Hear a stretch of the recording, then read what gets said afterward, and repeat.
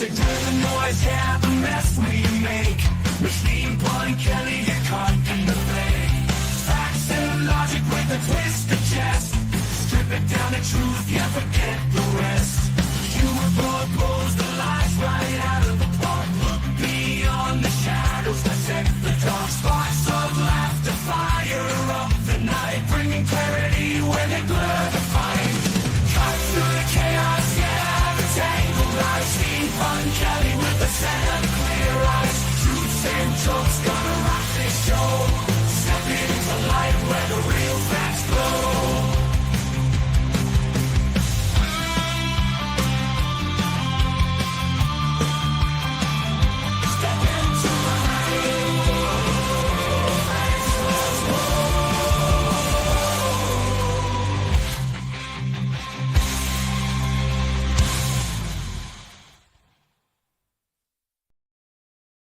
Hello, welcome to the Punch Show.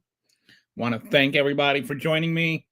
And yesterday I had a kind of a special day for me. It was the first time that I topped 1,000 in actual live listeners at some point or other.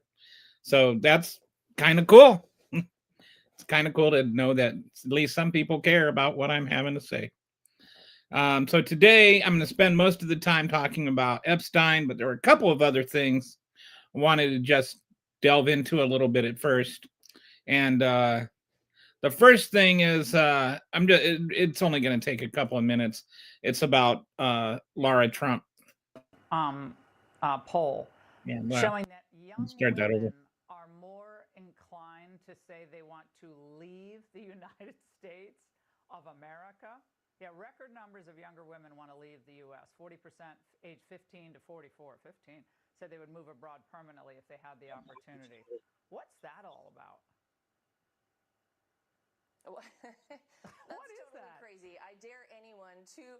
It's insane, Laura. But this is the messaging of the Democrats. They have obviously done quite a number on the youth of this country. You know, we have to get back to not only educating our students on reading and writing and math, because those skills have proven to be abysmal.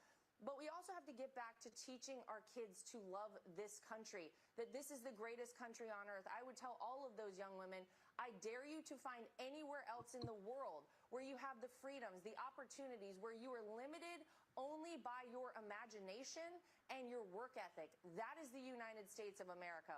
We've got to remind our young population of that, because that is one of the saddest things I've ever heard. Yeah. Okay, Laura. First of all, you have zero work ethic and zero imagination. So for you to sit there and condescendingly explain to people about how they're unlimited by those things here is just stupid. You are the personification of privilege. You didn't do a darn thing. You just married the son of a corrupt politician / game show host. You have zero credibility here. You have zero ground to talk about. You are not like some self-made woman.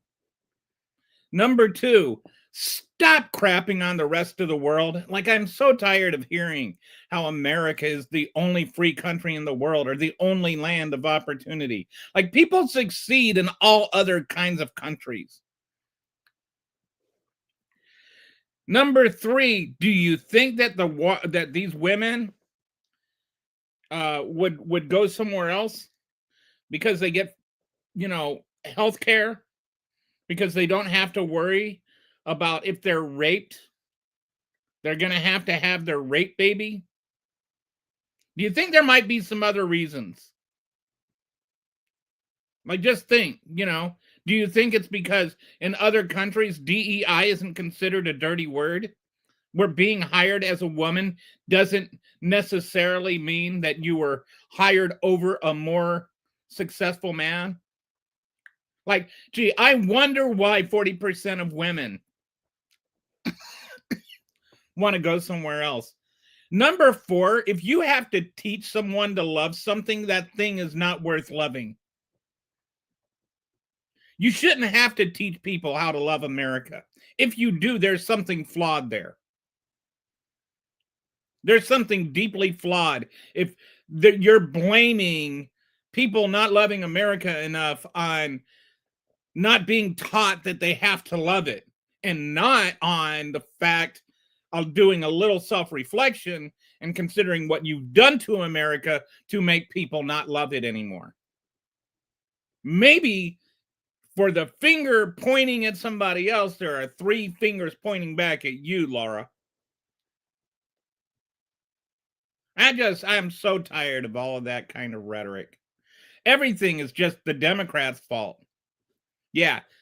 You know what? The Democrats aren't the one that said it's okay to rape people and that you get visitation rights for your little rape baby that the woman can't abort. That's on the Republicans. That's not on the Democrats. That probably has something to do with why women don't want to have their rape babies here. Okay. So that's all I wanted to say about that. Now I'm going to spend a few minutes going over, there's this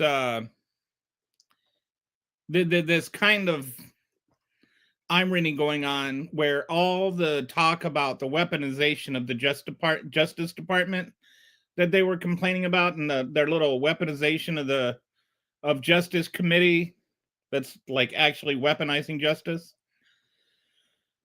So let's like really just take a few minutes and look at who is weaponizing the Justice Department. First of all, there was an article that came out today.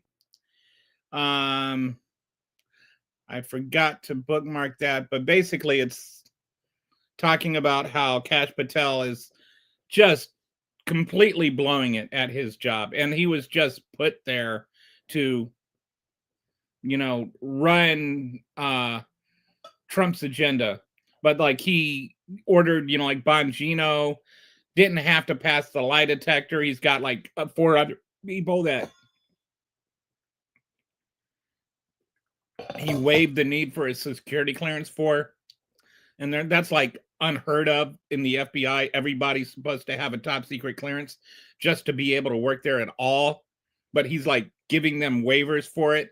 He's using his airplane for like personal transportation and take his girlfriend to dates and MMA fights and stuff like that.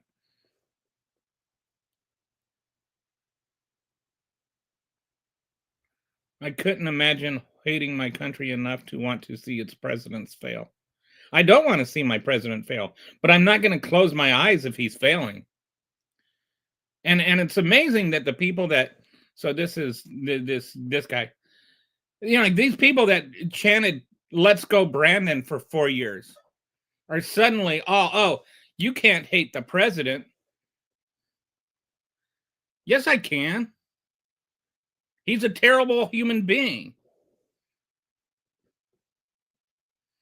So you've got these Kash Patel is like taking his girlfriend on dates on US taxpayer dime on his little, what he like is just treating it like his own private airplane.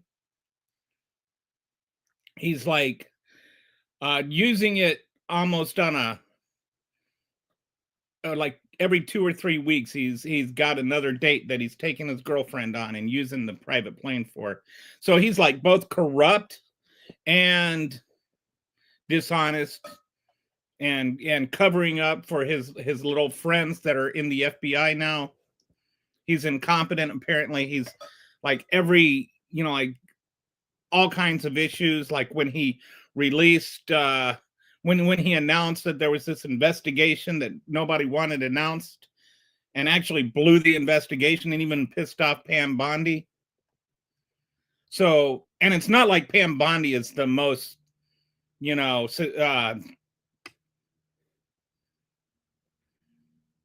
accomplished DA attorney general we've had in our history either. I mean, it's like stupid. When somebody as stupid as Pam Bondi is calling you stupid, you're pretty stupid. So there's that. But I'm gonna want to just share a little bit about some of these political investigations before I get into the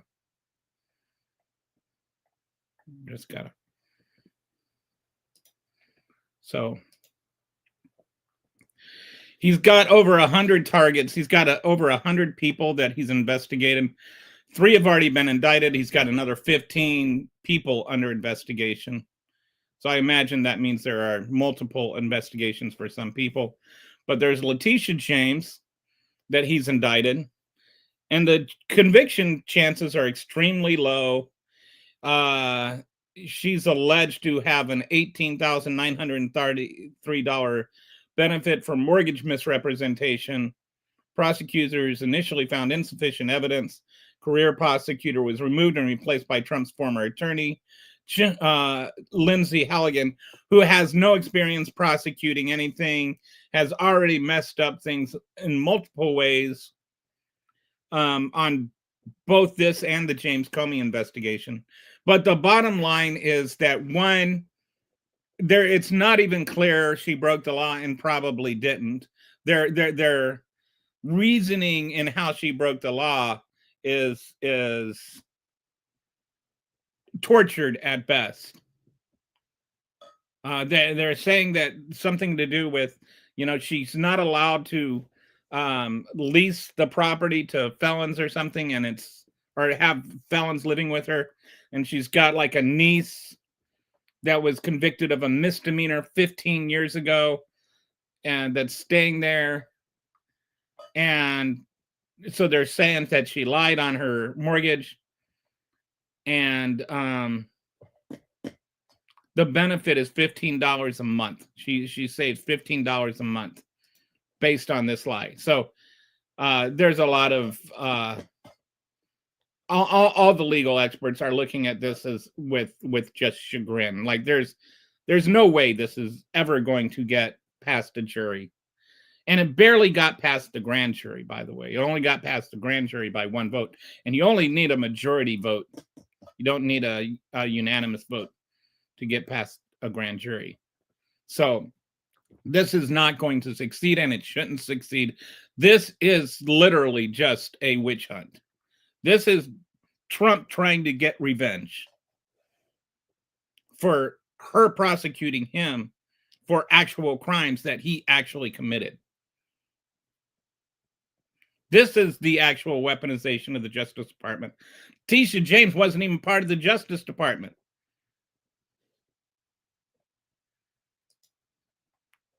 Then you got, he's going after James Comey, related to a 2020 Senate testimony and FBI leaks. Grand jury voted no on another charge. Representative Jamie Raskin said there's very little chance of conviction. Multiple motions to dismiss filed, including selective prosecution. And a lot of what this comes down to is that he said that he had given Andrew, leaked some information to Andrew, and apparently it was like a different Andrew than they're charging him for. So even the lie that they're saying he lied under oath, they're lying about him lying. What he said under oath was actually true. They're lying about the lie he told. So imagine that. They obfuscated this with the grand jury, and that's the only reason that even made it past the grand jury. And then you've got on top of that Donald Trump ordered Pam Bondi to go after Comey, and he accidentally did it in public when he was meant to do it in private. But they always say, who belongs in prison, Joel? Does Comey or Trump belong in prison? I agree Trump belongs in prison. I'm guessing by your picture there that Trump belongs in prison. So the whole James Comey thing is just a mess, has zero chance of getting through. There's another investigation which is into John Bolton, which that one, it seemed like he might be guilty. That one's a credible one. And actually that investigation was started under Biden. It didn't start under Trump. So, um, there's more he's trying to get into. Now he's ordering them to investigate Bill Clinton and Chase Morgan and all these other people, everybody but him, based on the Epstein files. So that brings me to the main thing I wanted to talk about today, which is the Epstein files, the Epstein case. And so started thinking, how much do people really know about it? How much do I really know about it? What is the Epstein case? What exactly happened? So I wanted to first, I'm going to cover a little bit about the history of Epstein. What did he do that was so bad? And how do we know what he did? And then I want to get into a little bit of the what's happened recently. Is it fair to say that the Democrats were trying to hide it and now they're all trying to release it? So we're going to go into some details, and I'm going to be on another screen reading the file. So if I don't see your comment, it doesn't mean that I'm ignoring you. So first of all, I'll try and remember to click back every once in a while. So first of all, who was Jeffrey Epstein? He was a public persona. He was a wealthy financier who cultivated relationships with powerful people in politics, business, academia, and entertainment. And it was unclear. Nobody really knew where all his money came from. But he was this person that was like, had a bunch of money and was trafficking in high society. And the reality is he was a serial sex offender who sexually abused dozens of underage girls, some as young as 14, and apparently developed a kind of a multi-level marketing scheme, kind of an Amway for pedos, if you will, although that's not entirely fair to the girls he was recruiting. He developed a kind of a pyramid scheme where he would recruit girls and then he would coerce those girls into recruiting other girls and so on and so forth. And eventually there were like 1,000 victims. So Jeffrey Epstein was a very, very bad person. And he was also, according to Donald Trump, one of his closest friends during the entire time this was happening. He used wealth and connections to traffic girls to his properties, recruiting vulnerable victims with promises of money for massages that turned into abuse. So this kind of is significant to me when you consider that there was the one of the girls that he recruited from Mar-a-Lago was working in the spa.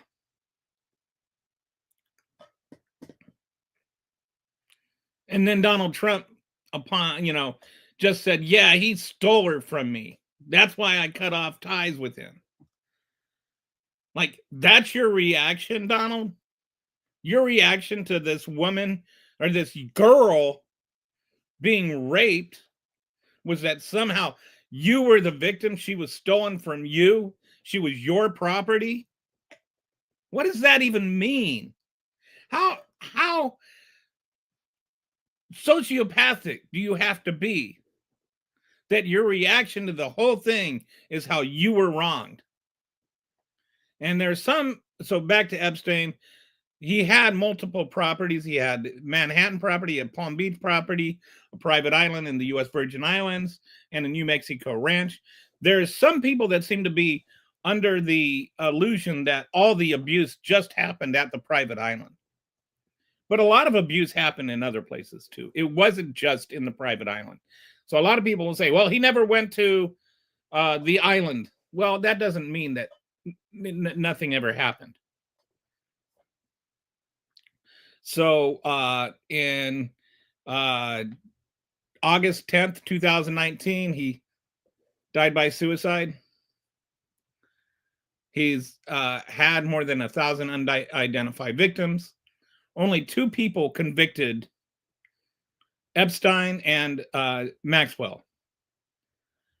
And the FBI, DOJ claim no evidence of other perpetrators to charge, which is like, to me, how does that make sense in any logical world? How can you have clients and no one else to charge? We don't have a client list, but you know for a fact that other people were clients, right? I would create a client list. You've got the documents. Who else did he hire? Or who else paid? Who paid to rape these girls? We know from their testimonies this happened. Let's find out who. So the 1990s and early 2000s, that's when the peak criminal activity happened. That's when Donald Trump says they were besties. Is in this time frame. You can talk about what happened afterward. 2005, he found out about it and he cut off ties. No, we don't know. He's given multiple stories about why he cut off ties with Epstein. There's some people say it's because of real estate property dispute where Trump bought property that Epstein wanted and Epstein was mad at him, or Epstein bought property Trump. I think Trump bought property Epstein wanted, and then resold it, and Epstein was mad at him, and then somehow Trump got mad at Epstein about being mad at him. So he was arrested. Oh, so then there's the news story where he found out about the girl being stolen and found out that Epstein was a creep, and so he kicked him out. There's another story where he heard about he was being creepy to somebody and kicked him out. So there's these stories where Trump found out about things right before the court case and kicked Epstein out, which is like, yeah, that seems kind of sus to me. He knew he was best friends with him for 10 years and didn't know all of this stuff was going on. And no, he wasn't. My favorite is, he turned informant. Well, no, he didn't.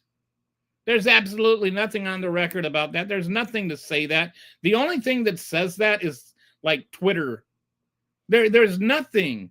And even Mike Johnson backed down from it.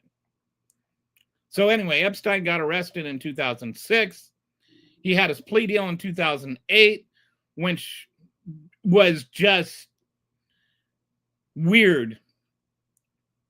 By the way, in 2008, Obama wasn't president. Stop blaming him for the deal. So the terms of the deal were extremely lenient, and also like nobody else could ever be prosecuted for anything related to it. Like, I've never heard of a plea deal where, like you plead to something and then other people can't be prosecuted. Usually it's the other way around. Usually you offer a plea deal in exchange for testimony against other people so those other people can be prosecuted, right? It's called flipping someone. We'll give you this plea deal in exchange for your testimony against your boss. That's how plea deals work. What did they get in exchange for this plea deal? It's like,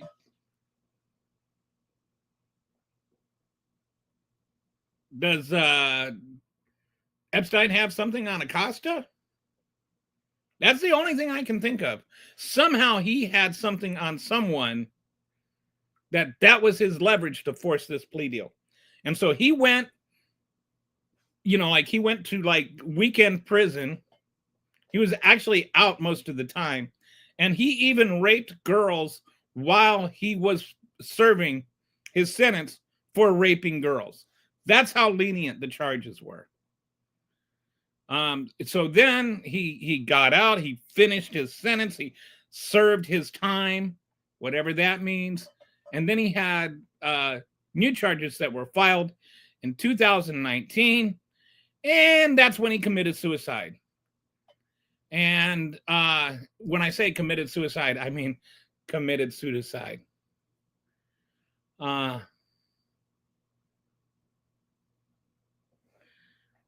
don't know who Skippy is talking to. So he says, Skippy says, you ruined the country, please F off. I don't know who you is referring to.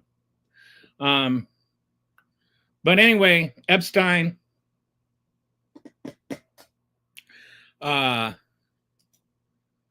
allegedly killed himself.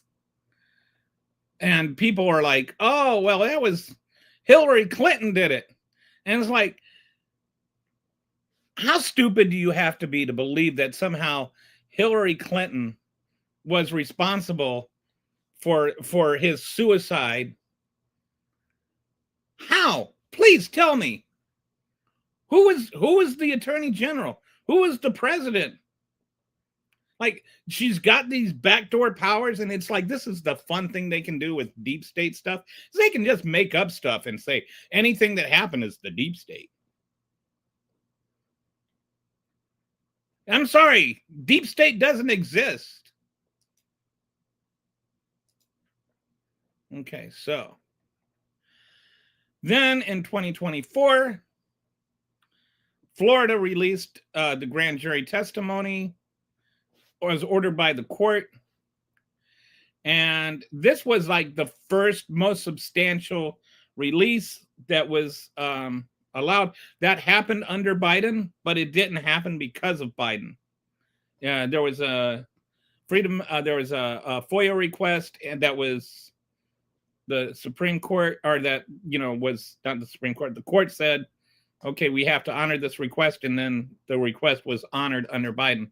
There was no, Biden never defended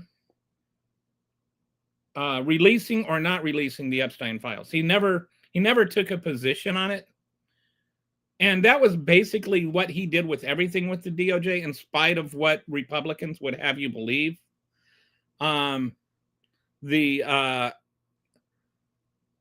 He stayed, and some people will criticize him for it, but he had a wall between himself and the DOJ. He did not interfere with the DOJ at all. He never called for anyone to be prosecuted for anything.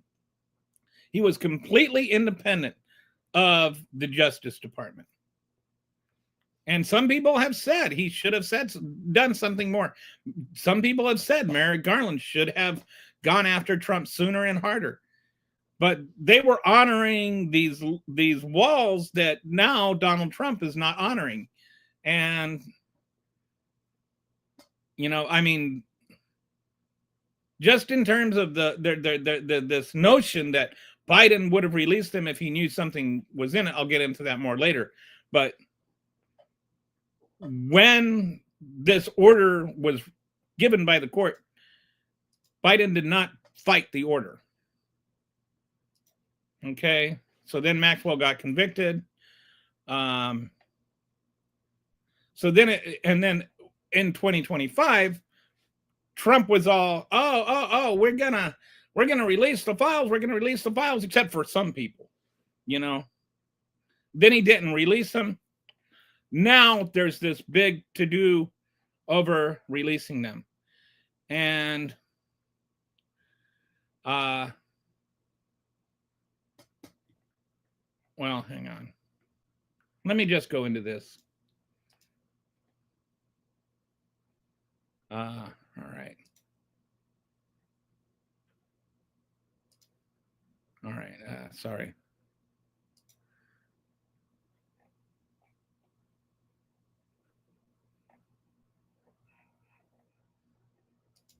Oh man, I've been on the wrong side of this. I'm sorry.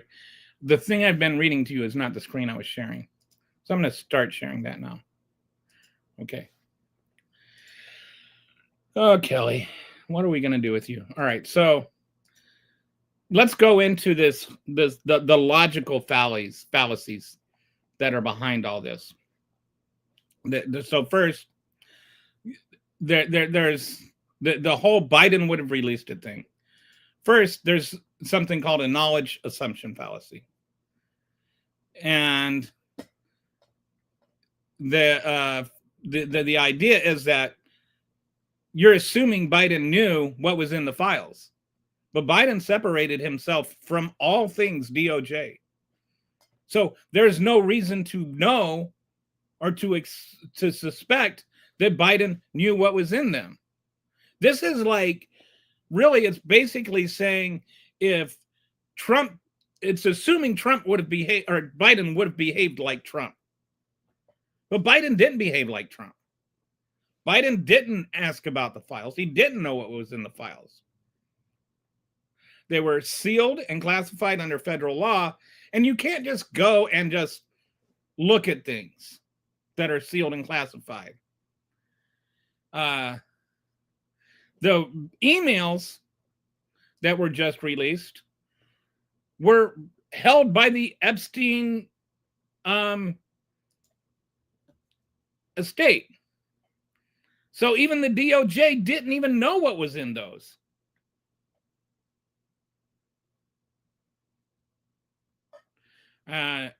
Then we've got recent emails just emerged through the House investigation. You can't strategically release those what you don't know exists. So we've got home. I don't know. I couldn't imagine. LOL, please spare us. I don't know what that's referring to. It's like, I think people like just pop in and then they just say random things and then they pop off. Anyway, they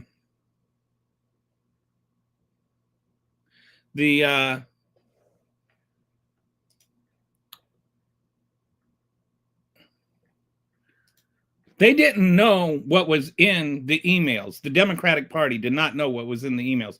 The only ones that could have known were the people that sent the emails originally or received the emails, and the Epstein estate. They were not available to anybody. The Epstein estate just released those to Congress after Congress subpoenaed them. That's it. So how was Biden supposed to know that there was this email where Epstein said that he knew about the women or he knew about the girls? That's a quote. Epstein said Trump knew about the girls. There's no way that Biden could have said that or could have known that. He did not even have access to that email. So the idea that this was something manufactured by the Democrats, or that the Democrats would have released this before if it were true, assumes they knew about its existence before. Then there's the motivation assumption fallacy. Assumes finding Trump dirt was the Democrats' primary objective, 21 to 24. They weren't looking for dirt. They didn't know he was going to be the candidate. They weren't, they had plenty of other dirt about the actual crimes he actually committed. He got adjudicated as being a rapist. His business was prosecuted and convicted for like several felonies. The CEO of his company, that this I found ironic, like his CEO spent time in prison over the way that his company was run, but we're supposed to believe he's going to be this great financial genius because of the way his company was run. And then he didn't have anything to do with the crimes that were committed because of the way his company was run. How's that for some cherry picking logic for you? The other thing is, when they inherited the country, remember, we were in the middle of a pandemic. The economy was collapsing. Then there was this worldwide supply shortage that was causing inflation to go up. There was a lot to deal with at the time. trying to smear Trump with the Epstein files was not on the top of the Democrats' to-do list.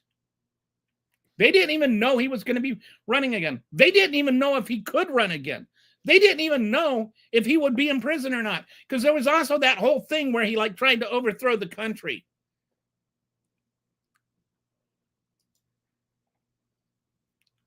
Oh, and don't forget about the secret, the stolen documents. Okay.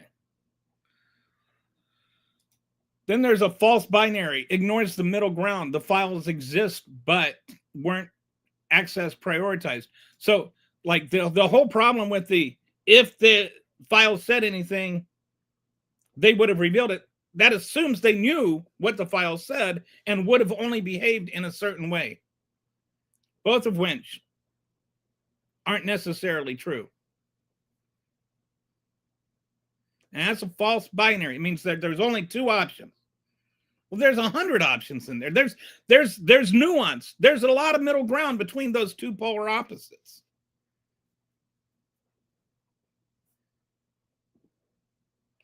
They could have known and not released the files because of other reasons. Or they could have not known.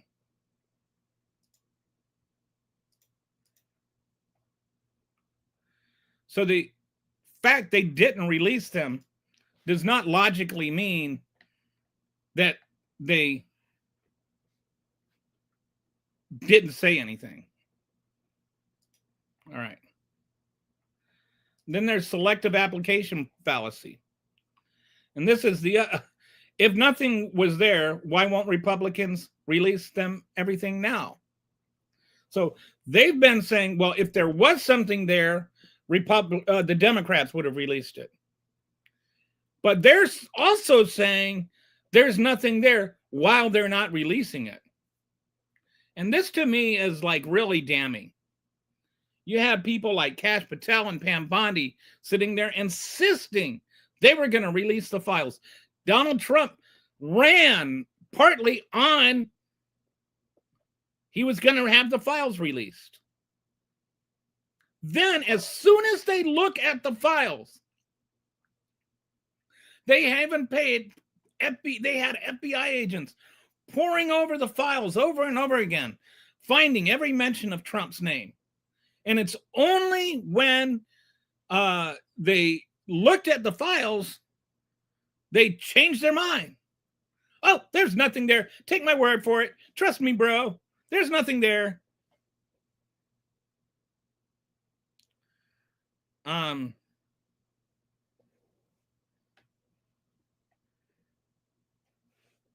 Yeah, that seems kind of like a logical fallacy to me. Why don't you want to release them anymore? Why is it only after you saw them that you suddenly had misgivings about releasing them? Why are you covering up for Bill Clinton? If it says something about Bill Clinton, why are you covering up for Bill Clinton? You don't even want me to go into what they say about Trump and Bill Clinton. I mean, you probably do, but this is a PG program.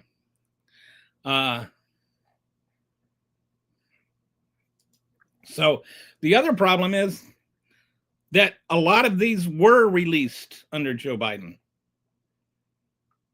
They ordered the unsealing of names in the Guthrie versus Maxwell, the Guthrie Maxwell case. The 2006 grand jury testimony was released in February of 2024. In July of 2024, additional Palm Beach records were released. In August of 2025, the interview transcript was released. So most of the stuff that has been released were court-ordered and not presidential decisions. And Biden respected the judicial process and then released the files that the court asked him to release. And the Epstein state documents were subpoenaed in 2025 by Congress. Federal law protects victim privacy and sealed investigative material. So Biden would have done so illegally. I love this one. I love it when people say you're an idiot and then they don't get your right.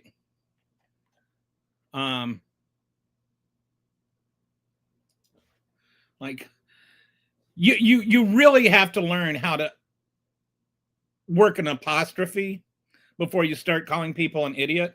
This MAGA war on apostrophes really has to end. Like, it makes the war on Christmas look like a scrimmage.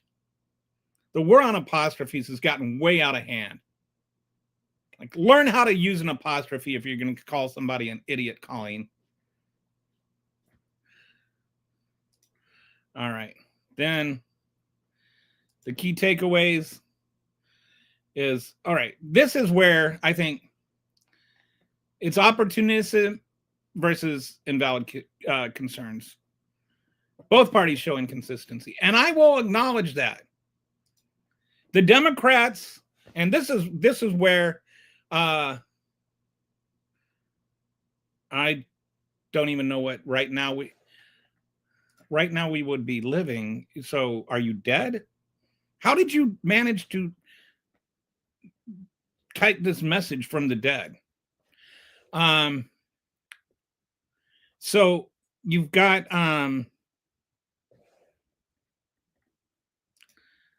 so both parties both parties show inconsistency. That's what I want to talk about. I agree. I absolutely agree that the Democrats are inconsistent on this. I will 100% concede the Democrats are inconsistent under this. Hang on, I'm just gonna.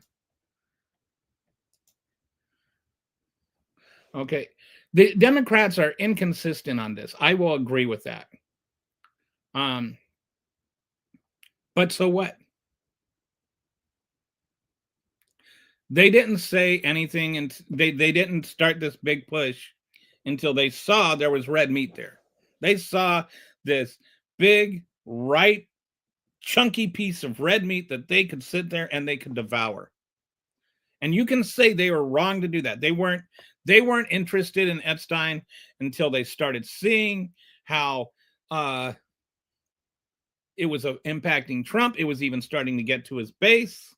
You've got people that got on the Trump bandwagon that started from QAnon, right? Even Marjorie Taylor Greene. The whole reason that they were into this was because they were afraid that, you know, you have pedophiles that were taking over the country. You had the one dude that walked into the pizza parlor and you know, was gonna shoot, wanted to find out, show me the basement. Remember that guy? All that stuff. All the, you know, but there is something sincere in that whole movement, even if it was weird and diluted. At least they were like concerned children are being hurt. And so they thought Trump was gonna save them from the pedophiles of like Tom Hanks and Hillary Clinton or whatever. And I'm right, yeah, that part is nonsense. But the part where they were saying pedophilia is wrong, that part was sincere. That part was right. And now this thing they voted for, this motivation of theirs, Trump's the one protecting the pedophiles.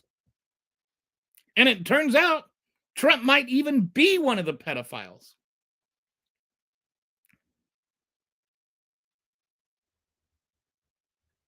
So you've got this big group of MAGAs that are starting to turn on Trump, and the Democrats see that, and so they're like, "Yeah, let's go after this." And maybe they are just trying to win Congress back in 2028 or in 2026. All that can be true, and at the same time, it can be true that Trump is wrong. that what they're saying is right. You can question their motives, but that doesn't justify Trump. As they say, two wrongs don't make a right.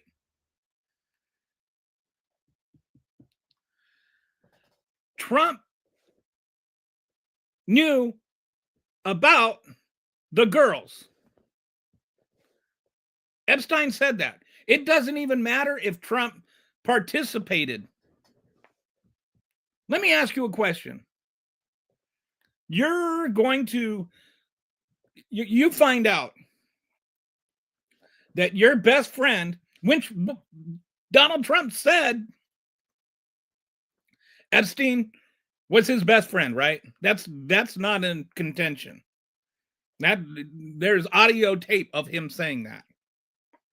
There's videos of them hanging out together at what appear to be sex parties and chumming it up.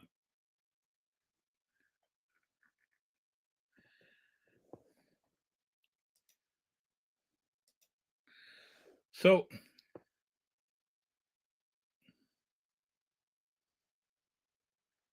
the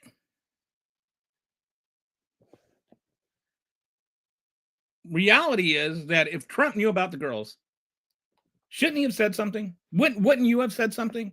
If you found out your best friend was doing what Epstein was doing, wouldn't you call someone? Wouldn't you like tell the authorities? So there, like, even if you want to get beyond whether or not Trump broke the law.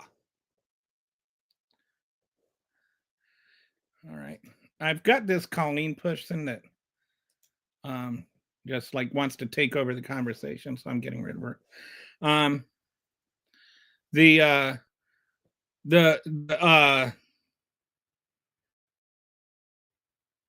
Whether what he did is against the law or not is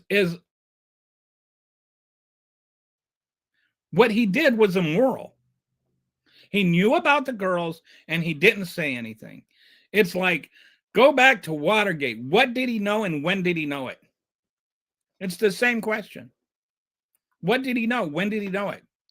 And then you have Kash Patel and Pam Bondi that were all hyper about, we're going to turn over the files. We're going to turn over the files until they saw the files. And then they're like, we're not going to turn over the files. We're not going to turn over the files. What does that tell you? What does that indicate to you? Does that indicate to you that Trump did nothing wrong? That it's really Chase Morgan that's at fault? And yeah, I think there should be an investigation into Chase Morgan. I don't know why there hasn't been. Like, they knowingly let him use their bank as at least could have knowingly. There's reason to believe that that Chase Morgan knew about what was going on. The CEO testified that they didn't, but there should be an investigation into that.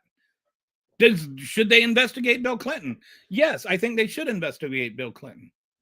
I think they should investigate all of the alleged clients. But I think that for two reasons. One, I think everyone who is guilty belongs in prison. If you rape children, you belong in prison. Full stop, end of story, period. If you enabled raping children to happen, you should be put in prison. Like, I am not at all for raping children. I don't know how much more clear I can be about that. I don't care who did it. If they did it, they belong in jail. And I don't understand why anybody would ever take any other stance. If Donald Trump enabled children to be raped, Donald Trump should be in jail. If Bill Clinton enabled children to be raped, he should be in jail. They should all be in jail. Every single one of them. But if they didn't, they should be vindicated. And that's the other reason I think all of this should be investigated. And investigated publicly and have the documents released. Because in addition to being a complete asshole, Jeffrey Epstein also had legitimate philanthropic endeavors. And some people were involved with Epstein only because of that. Like for instance, Bill Clinton says that it was only to do with the Clinton Foundation, the work of the Clinton Foundation, which of course, you know, the Clinton Foundation has been smeared by the right, but the Clinton Foundation has actually never been proved to have done anything wrong or unethical. It just got smeared by the right-wing smear machine because it has the name Clinton attached to it.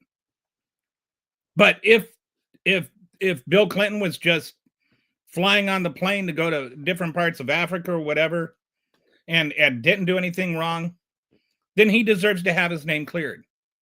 All the people who's, you know, if Bill Gates didn't have anything wrong attached to him, he deserves to have his name cleared. And both of them, again, if either one of them participated in any way, they deserve prison. But if they didn't, they deserve to be vindicated. If Donald Trump can be proven to not have done anything wrong, if, as Pam Bondi says, there's exonerating evidence in those files, release the exonerating evidence. Because those people don't deserve to have their name attached to the Epstein racket if they weren't participating in the Epstein racket. Like on both cases. So Jack Stan says, I'm a Bill Clinton cousin. Bet you didn't know that, don't you?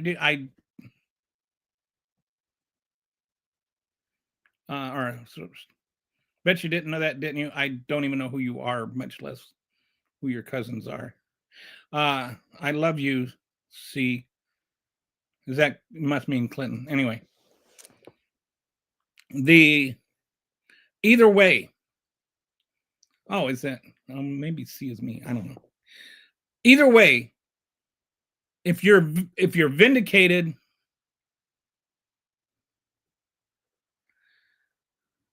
oh, it's a smile. Okay.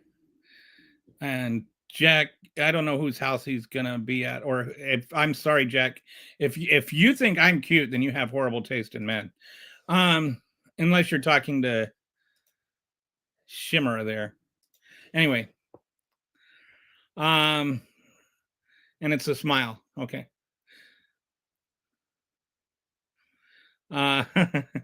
So that's where I stand on this. We need to have an investigation, not only to convict the people that are guilty, but also to vindicate the people that are not guilty. And I don't think we've looked at that enough. Like, what if Prince Andrew lost his prince, you know? Now he's just Andy.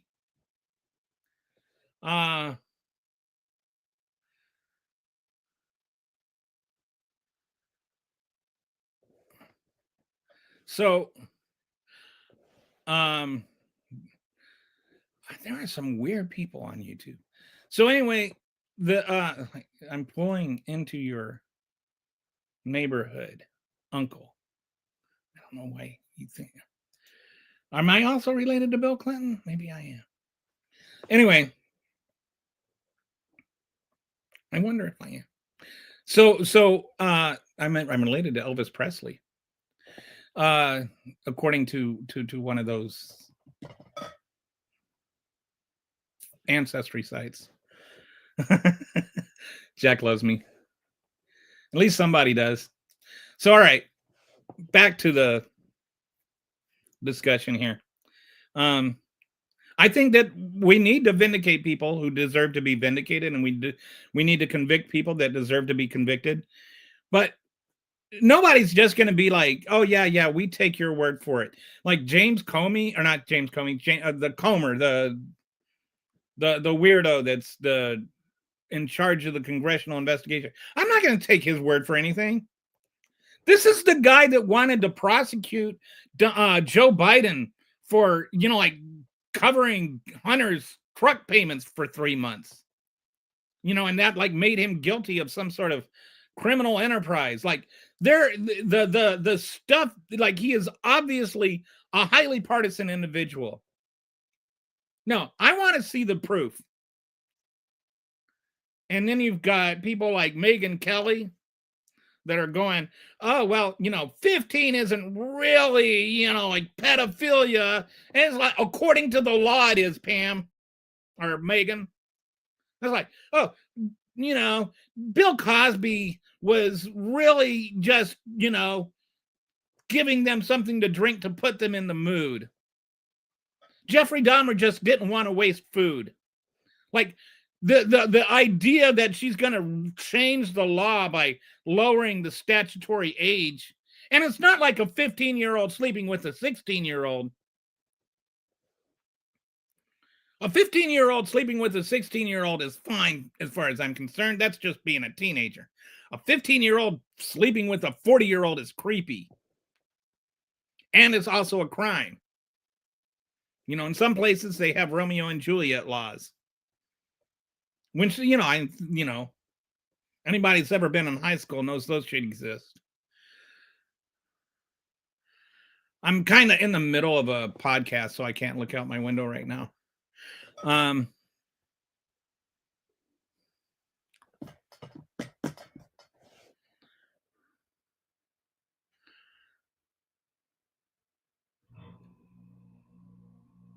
So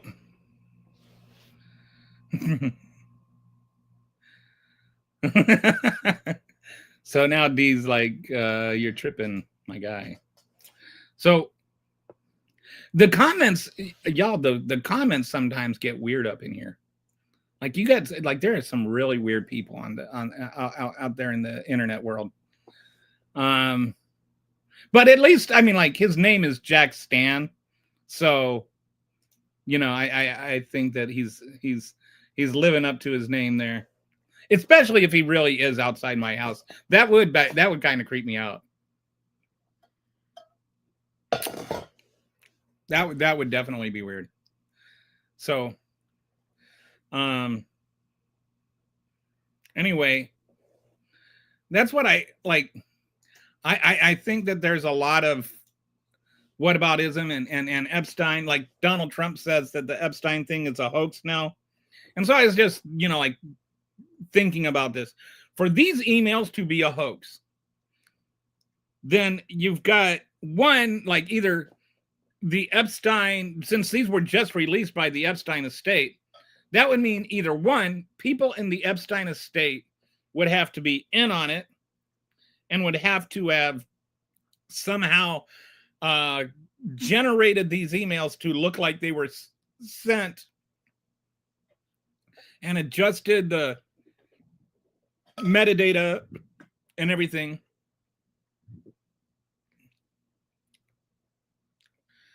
They would have had to adjust all that, and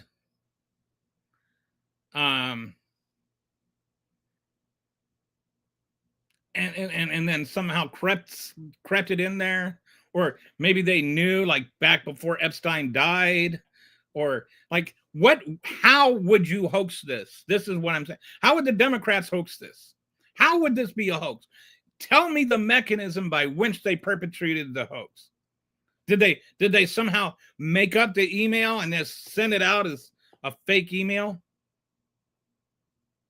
Like, there's no mechanism by which this is real, or that this is not real. There's just no realistic mechanism. And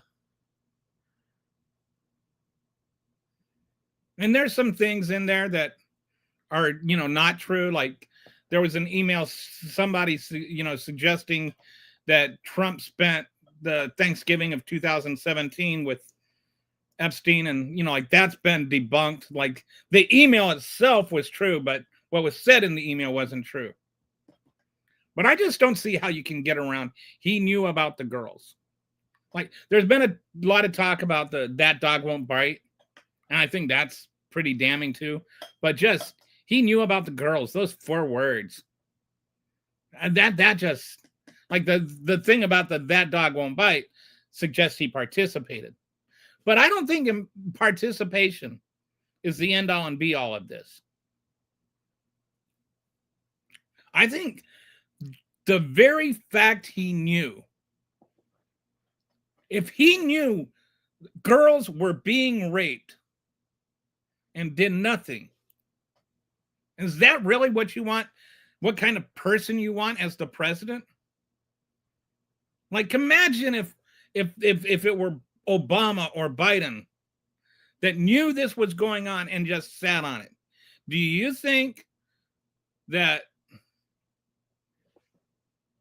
Comer would be sitting there just going, "Oh, no, there's nothing there. We've looked at it. He wasn't involved. Trust me, bro."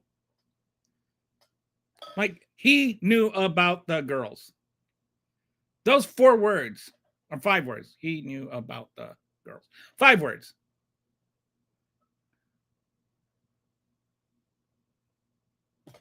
That's it. Okay, we've already covered the war on apostrophes, Jack. It's apostrophe R-E. You are just, the apostrophe replaces the space and the A. Right? We need to address this war on apostrophes. It's gotten out of hand. And apostrophes don't make things plural. It's not like 70 apostrophe S. It's 70S. All right? Stop the war on apostrophes. Anyway.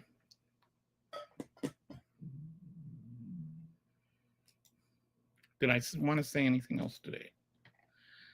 I think that covers it. It's going to be a little bit of a short show today. So, that's it, I think. Hope you have a great weekend. I'll talk to you on Monday. Thanks for joining.